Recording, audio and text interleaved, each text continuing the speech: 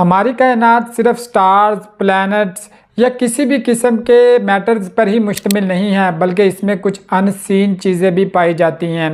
जिनमें ever changing fabric, जिससे space और टाइम शेप देते हैं, यानी इसे हम स्पेस और टाइम फैब्रिक भी कहते हैं, वो भी पाया जाता है। आज हम स्पेस टाइम फैब्रिक और इससे जुड़े तमाम सवालात को आज की इस वीडियो में डिस्कस करेंगे। इमेजिन करें स्पेस में एक ऐसे रूम को जिस पे लगने वाला एक्सेलरेशन बिल्कुल ज़ीरो हो। अगर हम उस कमरे के एक साइड से टाल से एक फोटोन को छोड़ेंगे तो वो सामने वाली दीवार पर बिल्कुल स्ट्रेट हिट करेगा। लेकिन अगर इसी ही कमरे को हम एक्सेलरेट करें और एक्सेलरेट भी बिल्कुल अर्थ की ग्रेविटी के बराबर करें, तो अगर हम उसी लाइट को दोबारा एक कमरे के एक कोने से दूसरे कोने की तरफ छोड़ते हैं तो हमें एक कर्व्ड पाथ देखने को मिलेगा। इसकी वजह ये होगी कि क्योंकि जब लाइट एमिट हुई और जब लाइट हिट हुई दूसरी दीवार पर, उसके दरमियान जो डिफरेंस है ना टाइम का, उसमें वो रूम है थोड़ा सा ऊपर खिसक जाएगा, जिसकी वजह से हमें वो कर्व्ड पाथ देखने को मिलेगा। इस एग्जांपल से हम ये बखूबी अंदाज़ा लगा सकते हैं कि एक्सेलरेशन है वो लाइट पर असरअंदाज होता है, और हम ये कह सकते हैं कि एक्सेलरेशन की वजह से वो लाइट बेंड होती है, क्योंकि एक्सेलरेशन और ग्रेविटी के इफ़ेक्ट्स एक ही तरह के होते हैं। और प्रिंसिपल ऑफ इक्विवेलेंस भी हमें ये बताता है कि कोई चीज़ सेम कंडीशंस में वो मुख्तलिफ तरीके से वो रिएक्ट नहीं कर सकती। तो हम ये कह सकते हैं कि जो ग्रेविटी है वो भी लाइट को बेंड कर, ग्रेविटी का लाइट को बेंड करने का आइडिया आइंस्टाइन की थ्योरी ऑफ रिलेटिविटी में से लिया गया है, जिसको प्रूव ग्रेविटेशनल लेंसिंग के जरिए किया जा चुका है। ग्रेविटेशनल लेंसिंग एक ऐसा अमल है जब सोलर इक्लिप्स के मौके पर कुछ ऐसे स्टार जो बिहाइंड द सन मौजूद थे, जिनकी रोशनी कभी भी अर्थ पर नहीं आनी चाहिए थी, लेकिन हम सोलर इक्लिप्स के मौके पर ऐसे स्टार्स भी देख चुके हैं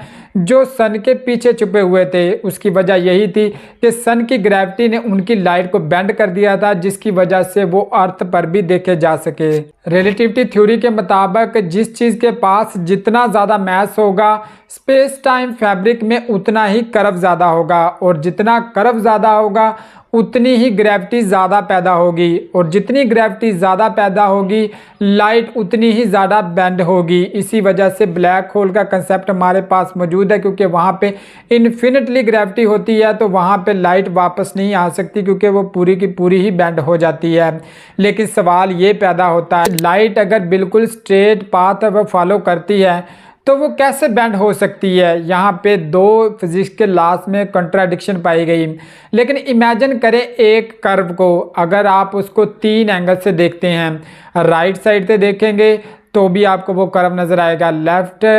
साइड से देखेंगे तो भी आपको वो एक कर्व ही नज़र आएगी, लेकिन अगर सीधे साइड से देखेंगे तो आपको वो एक स्ट्रेट वो नज़र आएगा। इस वजह से आप ये चीज़ समझ सकते हैं कि हर ज़रूरी नहीं कि जो पाथ हमें सीधा नज़र आ रहा हो वो स्ट्रेट ही हो। लेकिन यहाँ पर एक सवाल जो अक्सर किया जाता है कि लाइट के पास तो मैस है ही नहीं, अगर मैस नहीं है तो उस पर कैसे कोई चीज़ रिएक्ट कर सकती है। बेसिकली अगर देखा जाए तो ग्रेविटी डायरेक्टली लाइट को इफेक्ट नहीं करती, क्योंकि रिलेटिविटी भी हमें ये बताती है कि किसी चीज़ के पास जितना ज़्यादा मैस होगा वो स्पेस टाइम में उतना ही कर्व पैदा करेगी, और जितना कर्व पैदा करेगी उतनी ही ग्रेविटी होगी। बेसिकली जो ग्रेविटी है वो डायरेक्टली बेंड नहीं करती, बल्कि जो लाइट है वो स्पेस टाइम में जो कर्व है ना उस कर्व्ड पाथ को फॉलो करती है। उसके लिए तो बिल्कुल एक स्ट्रेट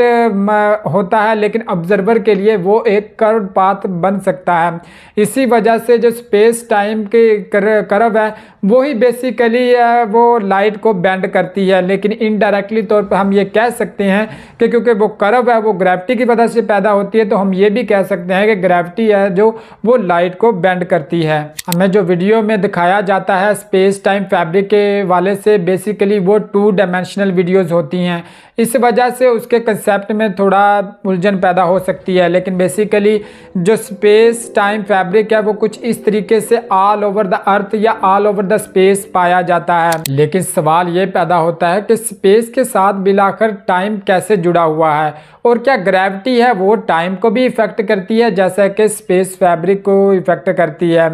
तो उसको आप इस तरीके से समझें कि स्पेस फैब्रिक में अगर उसके कोऑर्डिनेट के साथ हम टाइम जोड़ दें तो हम स्पेस टाइम फैब्रिक को इजीली वो समझ सकते हैं। आपने ये अक्सर सुना होगा कि अगर कोई शख्स ब्लैक होल के नज़दीक कुछ टाइम स्पेंड करके वापस अर्थ पे आता है तो उसके साथियों की उम्र उससे ज़्यादा बढ़ चुकी होगी, क्योंकि उसके लिए टाइम वो स्लो डाउन हो चुका होगा, लेकिन अर्थ पे मौजूद लोगों के लिए उसी अंदाज से ही चल रहा होगा, जिसकी वजह से थोड़ा सा एज डिफरेंस आ जाएगा। लेकिन सवाल ये पैदा होता है कि ये कैसे आखिर पॉसिबल है? क्या ग्रेविटी का कोई असर होता है टाइम पर? अगर कोई चीज़ अर्थ की तरफ गिरती है तो उसमें उसकी स्पीड के साथ साथ है वो ग्रेविटी की फोर्स भी शामिल हो सकती है, जिसे हम एक्सेलरेशन का भी नाम दे सकते हैं, जो हम प्रिंसिपल ऑफ इक्विवेलेंस में पहले ही डिस्कस कर चुके हैं। अगर उसमें एक्सेलरेशन शामिल होगा तो जाहिर सी बात है उसकी स्पीड है वो और भी इंक्रीज़ कर जाएगी, और जितनी स्पीड उसकी ज़्यादा इंक्रीज़ होगी टाइम उसके लिए उतना ही स्लो डाउन होता जाएगा,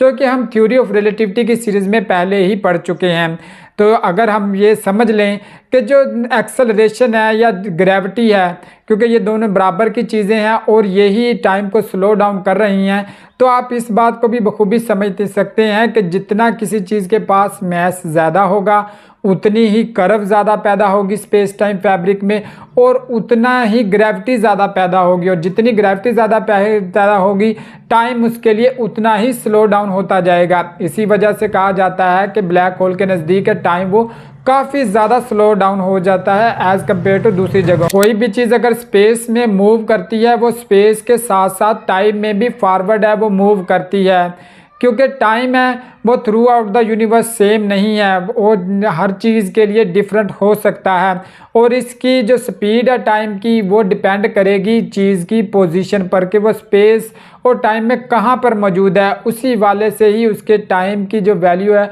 या स्पीड है वो डिसाइड की जाती है। इमेजिन करें स्पेस में दो पॉइंट्स को, जहाँ से पॉइंट ए से पॉइंट बी तक का वो लाइट ने जाना है, लेकिन अगर इसके रास्ते में अगर कोई हैवी मास आ जाता है तो स्पेस टाइम में फैब्रिक में एक कर्व पैदा हो जाती है, तो बेसिकली डिस्टेंस इंक्रीज होता है ड्यू टू कर्व। लेकिन हमें ये तो पता है कि लाइट है वो उसकी फिक्स स्पीड होती है जो किसी भी तरह से चेंज नहीं हो सकती। तो ये कैसे पॉसिबल है कि पॉइंट तो वही दो हैं लेकिन उनके दरमियान डिस्टेंस बढ़ चुका है? तो जाहिर सी बात है कि जितनी ज़्यादा स्पीड होती है, हम पहले भी डिस्कस कर चुके हैं, टाइम उसी हिसाब से स्लो डाउन होता जाता है। तो स्पीड ऑफ लाइट है कि डिस्टेंस तो उसने कर्व्ड